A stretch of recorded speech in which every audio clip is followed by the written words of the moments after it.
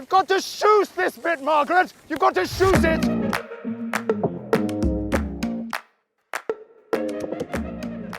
So, Rob, we talked a lot last season about the epic snow conditions that they get across the pond. And this week, we've got a super cool guest joining us. This is Amber Turnau. She's based in Squamish, and I always say that in a very Canadian accent. I don't know why. But Squamish, British Columbia. And I remember the last time I drove there, I drove straight up the Sea to Sky Highway from Vancouver up to Whistler, and I saw the sign Squamish, and I thought, that sounds such a cool place. Amber, how cool is it in Squamish, British Columbia? It's a pretty sweet place, I have to say. We're located halfway between Vancouver and Whistler. So you go up that beautiful Sea to Sky Highway. It's one of the most beautiful drives in the world. You see ocean, you see mountains. It's in a UNESCO Biosphere Reserve. It's very cool. And most importantly, it's only a short drive to the ski slope. And some pretty damn cool wildlife, what I've seen on the way up. Yes, definitely lots of wildlife. You may see the occasional bear, the occasional eagle, and even some whales down on the ocean side. Yeah, it's pretty cool. Amazing. Yeah, let me introduce you to Rob, my co-host, a British Columbia addict as well, aren't you, Rob? Oh yeah, absolutely. Had some great times in BC over the years. Yeah, love it. Any snow yet, Amber? Absolutely. I was just checking the webcams this morning at Whistler Blackcomb, and we got our first little snowfall. So as you can imagine, people are pretty jazzed right now and talking all about it. So Amber, I'm probably a typical holiday skier when it comes to BC. To me, if somebody says British Columbia, I think Whistler. It's the first thing that springs to mind. But having talked to you over the last couple of weeks, there's so much more to British Columbia than that, isn't there? Definitely. Whistler, of course, has a reputation for good reason. There's plenty of snow and great activities and lots of fun things to do. But we do have 13 destination resorts here in BC, and each one has its own kind of character and charm and things that are certainly unique about it. You know, when people are talking to me, I always say it's actually quite different terrain to what you'd experience in Europe, isn't it? Definitely, yeah. We of course have the higher Alpine, in particular the Canadian Rockies, but then we also have these really special gladed runs, which I know is not a thing in some parts of the world, and so they're kind of purpose-built runs where the trees have been thinned out, and you can really get a go at trying your hand at tree skiing, which in a lot of cases has incredible powder stashes as well. So it's a really fun experience. So we also have really fun gladed runs. We have lots of sort of rolling and terrain for beginners and intermediates too. And I think, I don't want to toot my own horn, but I think Canadians are pretty friendly. We're a pretty welcoming bunch, and you're going to come to the resorts. You're not going to be, elbow to elbow fighting for your lift lines. We like to queue as well, which is nice. I sort of describe to, I don't know, colleagues and friends, it's a bit like skiing your sort of motorways. You've got these 10-lane motorways, and you just don't tend to see the volume of people, do you? No, absolutely not. You can actually have the slopes to yourself, even during the peak, holidays as well. You'll always find somewhere that you can have a bit more of a quieter experience in BC. And you can get a little taste of that sort of Canadian experience, the mountain culture experience. You can go axe throwing, you can have some poutine, you can have a Caesar, and just talk to the locals. People are really friendly. Axe throwing, Rob, axe throwing. Why have we not done this in resort? I don't know. I was just about to say I love the gladed tree skiing in British Columbia, but axe throwing. Come on, axe throwing. Who needs tree skiing when you can go axe throwing? We could do tree skiing and throw axes at the same time. I mean, I guess you could do that. Maybe not though. Maybe that's a little bit dangerous. But Dom, we've skied, I think, between us quite a few of the BC resorts over the years. Absolutely huge. So it would be really, really nice to kind of get an idea of the geography of the resorts and where they are, and also what they offer. I really want you to tell Rob about resorts he doesn't know about, because he's driving me nuts. He seems to know everywhere. So Amber, you got to do this for me. Okay, I'll do my best. Yeah, absolutely. So, like you mentioned, British Columbia is a massive province. So I know it's sometimes hard for people from smaller countries to sort of wrap their head around the size and scale, but the resorts are accessible. So let's start on the West Coast. So we're going to start actually on Vancouver Island, which a lot of people don't know. There is a beautiful destination resort there called Mount Washington. And they actually get the brunt of those Pacific storms that start to hit the province that come through. So they're kind of, ground zero for some of the biggest POW dumps, that we have. Wow. Of course, as we start to move No, I didn't know that. It's pretty cool. Yeah, it's amazing to see how powerful those storms are, because they will span the province. As we move towards the mainland, we're still on the southwest coast of British Columbia. We get to the Coast Mountain Range, which is sort of that iconic range. The Sea to Sky Highway sort of skirts that range from Vancouver to Whistler.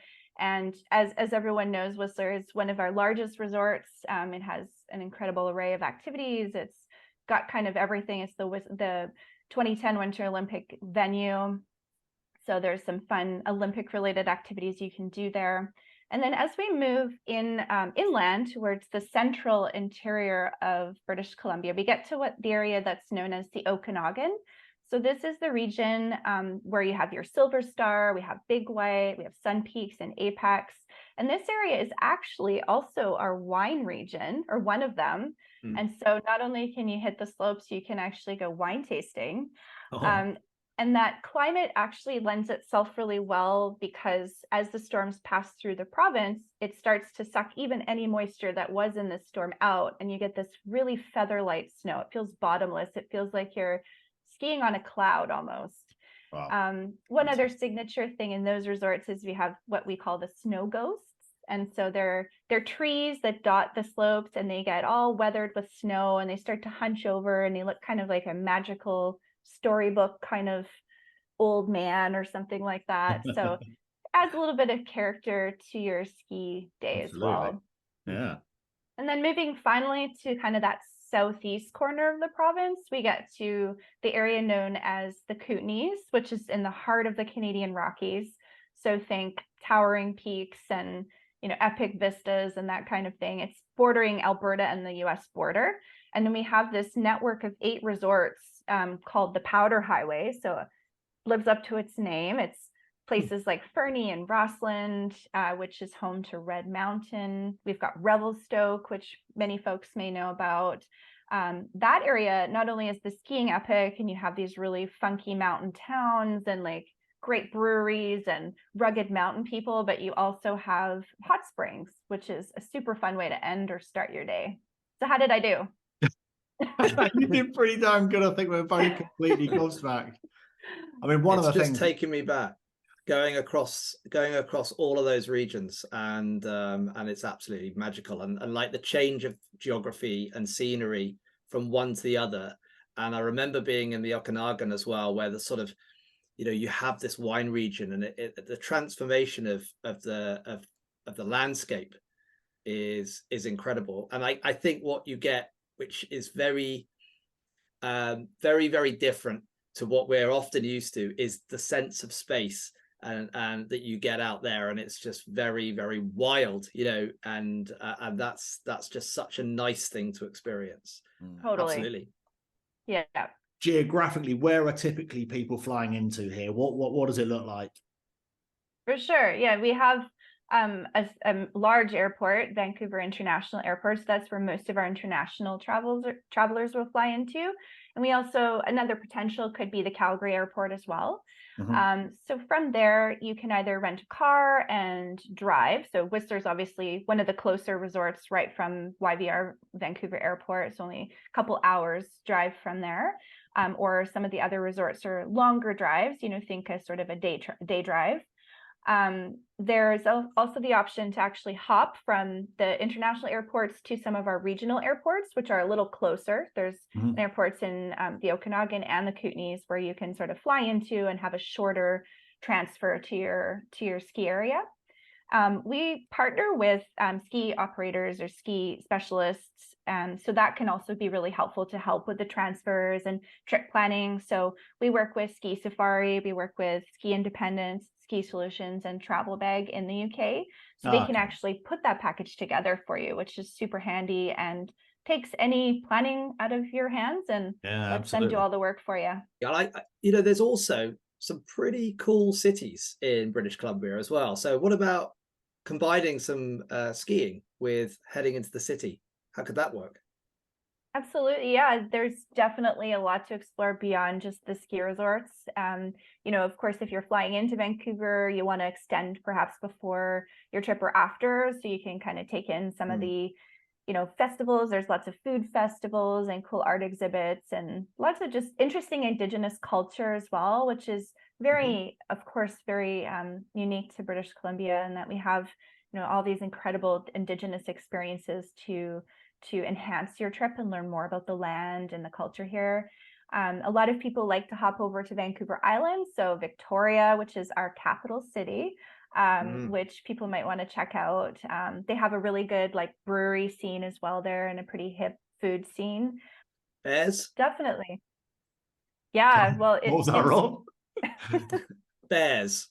Yeah, lots of wildlife. So springtime, of course, is when the bears are starting to wake up from hibernation. But in the winter, we have the largest congregation of eagles here, actually in my hometown here in Squamish.